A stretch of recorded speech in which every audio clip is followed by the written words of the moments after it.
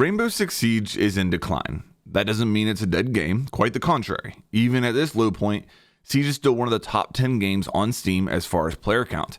And when you consider that Steam represents just a small fraction of the actual player base, it means that the player count in Siege is still quite healthy. With that said, the player count is trending down, and you have to be concerned about the long-term success of Siege if something doesn't change. So what exactly needs to change? Depending on who you ask within the Siege community, you'll get several different answers. Ask a pro, and you'll likely get something about the 20-second meta. Ask a content creator, and they might tell you that Siege needs a streamer mode. Ask a ranked PC player, and they'll tell you that they need to fix the cheating problem. Ask a console player, they'll tell you that they need to fix mouse and keyboard. Ask me, and I'll tell you that they need to nerf Valkyrie.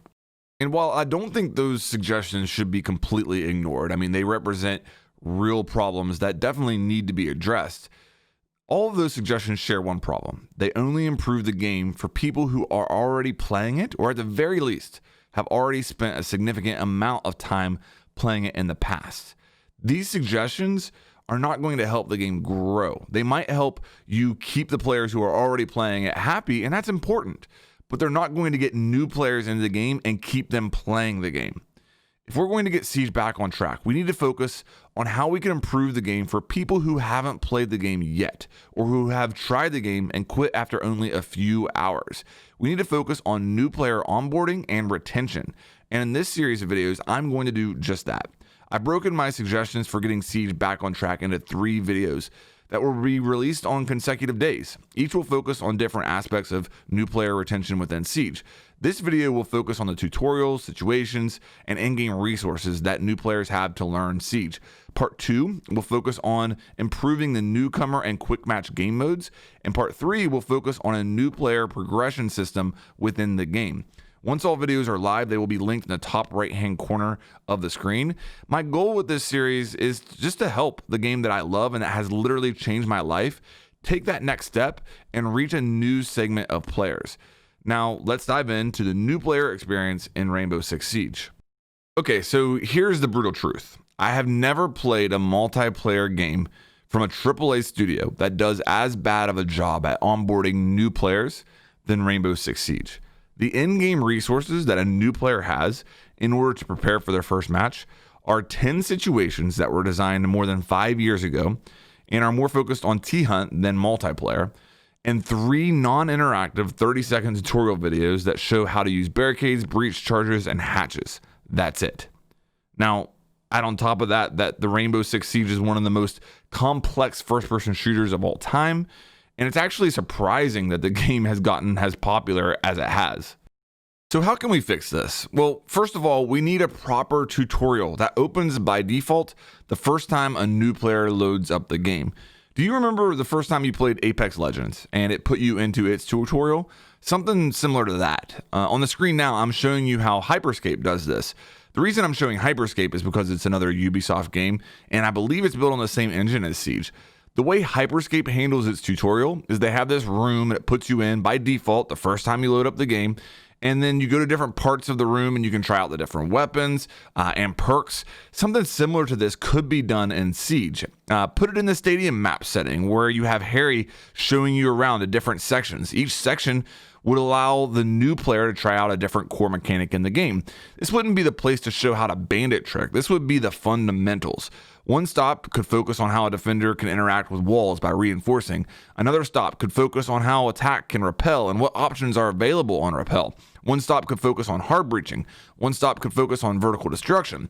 You could also show how certain operators interact with the mechanics at each stop. For example, when you're showing players how they can interact with walls, you could show how Ash can destroy a soft wall, but not a reinforced. Then transition to hard breachers after that. At the vertical destruction stop, you show how Sledge and Buck work.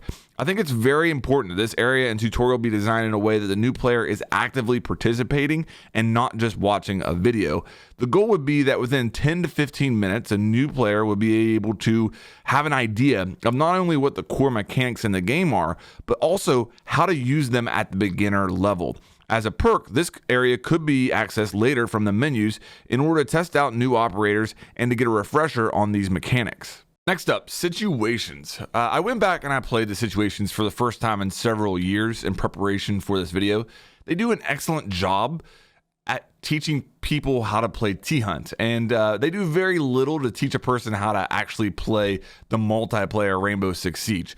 It's somewhat understandable considering when they were making the situations over 5 years ago that they may have very well thought that the T-Hunt aspect of the game would be more popular than the multiplayer. So I think it goes without saying that the situations need completely redesigned and should reflect situations that players are likely to encounter in multiplayer. Now, I would love if they would develop an AI that would allow you to play with bots and could actually come close to replicating what an actual round of Siege feels and plays like, but I understand that is probably not realistic. Even without that, though, we can design a lot of simple but effective situations that would prepare players for actual in-game situations. Here is an example of a direction I would go with the situations. Welcome to Rainbow Six Siege Situations. Today we'll be covering hard breaching. Your goal is to open the reinforced wall on this garage. Use thermite to open the wall.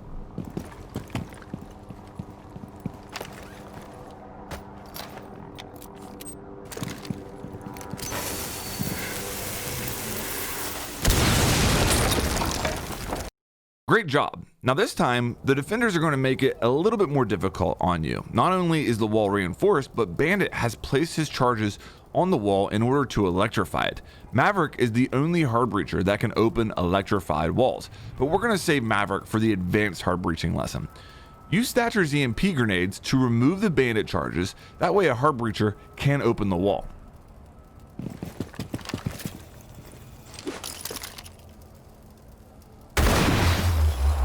Perfect. Now use Ace to open the reinforced wall, but hurry. Thatcher's EMP grenades only disable electronics for 15 seconds.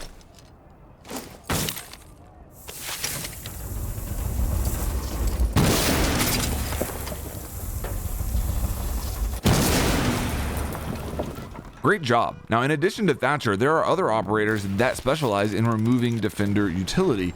Head over to the operator tutorial section to find out more information once you're finished with the situations. Alright, the wall is electrified again, but this time you don't have the ability to select Thatcher or any of the other operators that can remove that utility from the outside. No worries, in Siege there are always endless ways to accomplish the mission, but you may have to put yourself in harm's way. Use Sledge to go inside and create a line of sight that will allow you to shoot the charges off manually.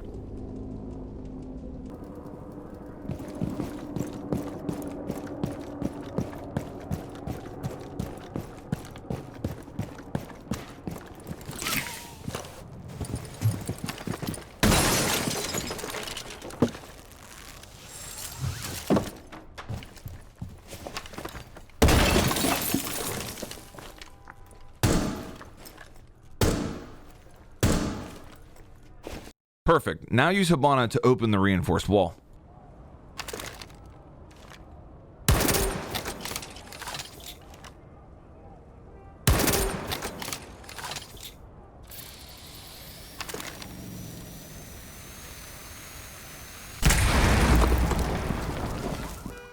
You have completed the hard breaching situation. You may now move on to advanced hard breaching or on to the next situation.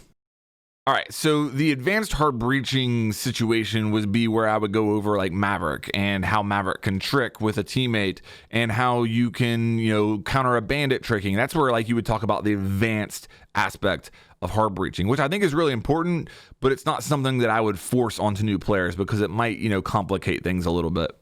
And obviously, I'm asking you guys to use your imaginations here a little bit. I can't make the situation actually look the way I would expect it to look in game. I don't have those tools available. But hopefully you get the idea of what I'm going for there. I think that the honest question that I want to hear from you guys in the comments, do you think that if you played like 10 or so situations similar to what I just showed there, how much more prepared do you feel like you would be to go into multiplayer than playing the current situations that are in the game? To me, it feels like night and day. It really feels like with that situation, you're training a new player in what they could see in an actual game, whereas the current situations in the game don't really do that.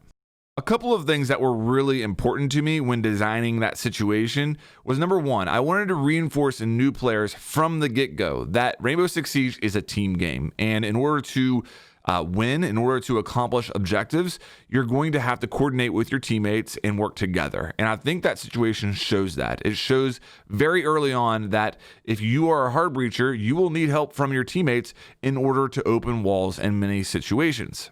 The other important thing that I wanted to show is that there's always multiple ways to accomplish a goal in Rainbow Six Siege, and that it allows you to be creative. And I think that's really important as well. The fact that you could throw a Thatcher EMP and open it, or go above and use soft destruction and vertical lines of sight to remove the bandit charges, are two very different ways of going about accomplishing the same thing. And I think it's important that new players recognize that aspect of Rainbow Six Siege from the beginning. Okay, so far I've suggested adding a forced tutorial that automatically opens when the first time a new player loads up the game. I've also talked about completely redesigning the situations. The last thing I wanted to mention is that I think that there should be a tutorial section within the game for operators, where you can go and you can look at every operator, and maybe there's like a 30-second video or something like that that shows and talks about how that operator works, what role that operator falls into, and just overall gives some guidance on what that operator is and what they're capable of. To me, this is a no-brainer, and it's actually really surprising that it doesn't exist in the game now. But I think that this would help players when they're deciding what operators to unlock. If they encounter an operator in the game that they have an interaction with and they don't really understand, they could look that operator up here and try to understand what happened to them.